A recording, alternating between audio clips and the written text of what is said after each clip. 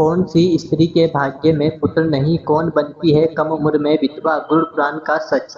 क्या सच में किसी स्त्री के भाग्य में पहले से लिखा होता है कि उसे पुत्र नहीं होगा, या वह समय से पहले विधवा हो जाएगी? यह सवाल सदियों से लोगों के मन में उठता रहा है और अक्सर इसका जवाब लोग शास्त्रों में ढूंढने की कोशिश करते हैं। खासकर गुरु पुराण जैसे ग्रंथों का नाम लेकर कई तरह की बातें कही जाती हैं, लेकिन क्या सच में ऐसा कोई सीधा नियम है? सबसे पहले हमें यह समझना होगा कि हिंदू दर्शन में कर्म को सबसे महत्वपूर्ण माना गया है। भगवत गीता में भी कहा गया है कि हर व्यक्ति अपने कर्मों के अनुसार फल प्राप्त करता है, यानी जीवन में होने वाली घटनाएं केवल भाग्य नहीं बल्कि कर्म, परिस्थितियां और समय का परिणाम होती हैं। अब बात करते हैं उन मान्यताओं की जो समाज में प्रचलित हैं। कुछ लोग मानते हैं कि अगर किसी स्त्री को संतान सुख नहीं मिलता तो यह उसके भाग्य की कमी है, लेकिन आज के समय में हम जानते हैं कि इसके पीछे कई शारीरिक, चिकित्सा और सामाजिक कारण भी हो सकते हैं। इसे केवल भाग्य या दोष से जोड़ना पूरी सच्चाई नहीं है। इसी तरह कम उम्र में पति का निधन होना यानी विधवा होना, इसे भी अक्सर भाग्य से जोड़ दिया जाता है, लेकिन क्या यह उचित है? जीवन और मृत्यु दोनों ही कई कारणों पर निर्भर करते हैं। स्वास्थ्य परिस्थितियां, समय और कई बार आकस्मिक घटनाएं।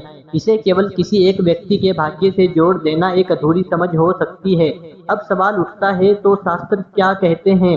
गरुड़ पुराण में मुख्य रूप से आत्मा, कर्म और मृत्यु के बाद की यात्रा का वर्णन मिलता है।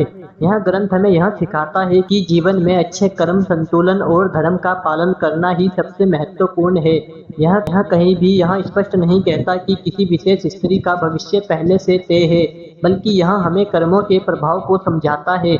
एक और महत्वपूर्ण बात, पुराने समय में समाज में कई मान्यताएं और धाराएं बन गई थी जो धीरे धीरे सच की तरह मानी जाने लगी, लेकिन आज हमें उन्हें समझदारी और तर्क के साथ देखने की जरूरत है, क्योंकि हर व्यक्ति का जीवन अलग होता है।